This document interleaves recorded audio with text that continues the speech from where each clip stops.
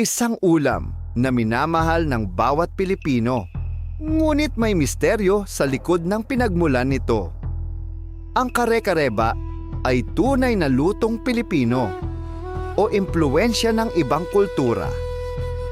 Alamin natin ang nakakagulat na kasaysayan nito. Sa puso ng lutuing Pilipino, may isang ulam na kilala sa kanyang mayamang sarsa, makulay na sabaw at kakaibang lasa, ang kare-kare. Isang ulam na kadalasang makikita sa mga pista, handaan at pagtitipon ng pamilya. Ngunit sa kabila ng kasikatan nito, iilan lamang ang nakakaalam ng tunay nitong pinagmulan. Ito ba ay tunay na likhang Pilipino o may impluwensya mula sa ibang kultura?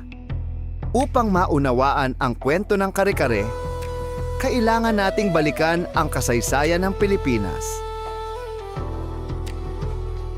Noong panahon ng kolonyalismo ng Espanya, dumating sa Pilipinas ang mga sundalong mula sa India na kilala bilang sepoy. Ang mga sundalong ito ay may sariling tradisyon sa pagluluto, lalo na ang mga curry dishes na puno ng pampalasa.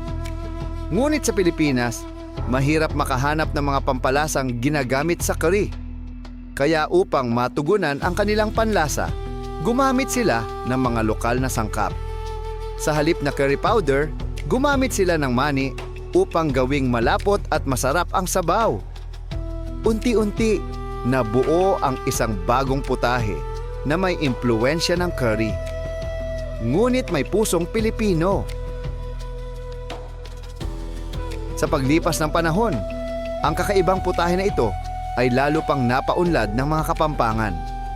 Ang lalawigan ng Pampanga ay matagal nang kilala bilang culinary capital ng Pilipinas. Dito, ginamit ng mga lokal na kusinero ang oxtail, tuwalya ng baka, talong, sitaw, at puso ng saging. At higit sa lahat, ang makremang sarsa na gawa sa giniling na mani. Dito tuluyang nabuo ang kare-kare na kilala natin ngayon.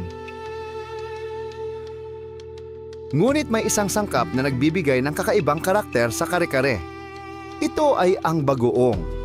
Ang matapang at maalat na lasa nito, ang perpektong kabaliktaran ng tamis ng peanut sauce. Kapag pinagsama, lumilikha ito ng balanse ng lasa na tunay na Pilipino. Isang kombinasyon na hindi matatagpuan sa ibang lutuing Asyano. Sa kasalukuyan, ang kare-kare ay hindi na lamang simpleng pagkain.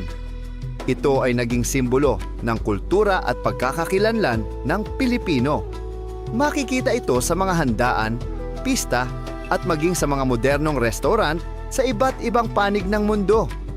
Mula sa simpleng lutong bahay, ang kare-kare ay naging isang pambansang kayamanan ng lutuing Pilipino. At sa bawat paghigop ng makremang sabaw nito, buhay pa rin ang kwento ng kasaysayan, kultura at tradisyon ng Pilipinas.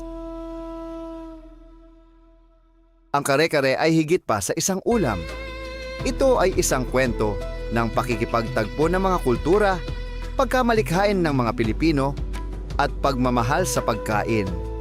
Mula sa mga sinaunang nayon hanggang sa mga modernong hapagkainan, ang kare-kare ay patuloy na nagsasabi ng kwento ng Pilipinas. At habang patuloy natin itong niluluto at pinagsasaluhan, patuloy ding nabubuhay ang kasaysayan nito. Maraming salamat po sa inyong panonood at sana po may natutunan kayo sa bidyong ito. Hanggang sa muli.